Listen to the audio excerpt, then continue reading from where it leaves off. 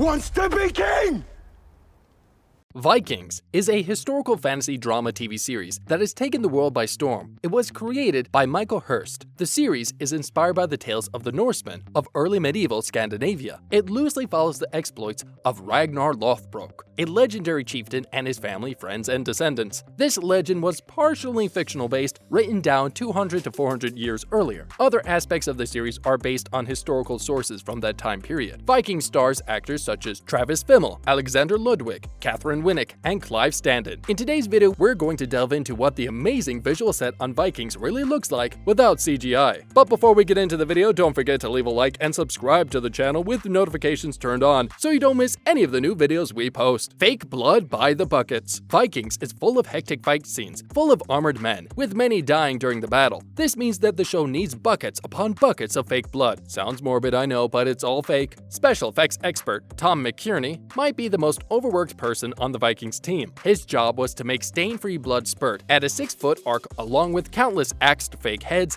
and temporary tattoos that covered the entire body. A lot of work for one man. When asked about this, McKierney said, "We have made hundreds and thousands of liters of blood and have had to develop techniques that allow us to meet deadlines. We have to make approximately 10 50-liter barrels of blood every battle scene, and the challenge was to make something that doesn't stain costumes or the actor's skin. We've invented a new type of blood, made of sugar syrup and food colorings that washes out. I'm not sure if I've done myself a favor," he laughs. Making blood is an endless task here. None of the weapons are real. This one may surprise a few. We thought at least some of the shields would be real. They look so authentic, when in fact every weapon is fake. John McKenna is the man responsible for bringing life to these weapons that all look so realistic in the show. All of the weapons, including spears, quivers, archer tools, and shields, need to be safe to use and nimble. McKenna touches on this, stating, "For starters, real metal would weigh about 5 times as much, proving difficult for actors to work with. You can still do some damage, but essentially everything is made from lightweight material. Everything has to be done fast to keep up with the pace of the show. So for example, we would mold hundreds of spearheads, which can be replaced in a minute during a battle scene. We do have some hero weapons made out of steel for close-up shots, but we can't have real practical weapons for safety reasons. Vikings actually have a 0 accident rate, which speaks volumes. It shows how realistic the crew can get these weapons and stunts without risking anyone's safety. York, Paris, and Norway, all in one. Vikings always depict scenes of gigantic Viking ships sailing through tiny Irish country roads and icy water. As you can imagine, if these were all actually filmed in these locations, they would have to travel all over the globe to film. That is where CGI comes in. The team devised a quick and easy method for scenes that required little to no ship action instead. I had a hard time convincing the crew we could recreate Morocco in the west of Ireland. Laughs creator Michael Hurst on his decision to move the production to the Mediterranean and Morocco for season 5. The crew of the Vikings thankfully knew how to adapt to recreating different locations all in one spot. The backlot of the studio in Wicklow has been in England, Algeciras, and Paris. It doubled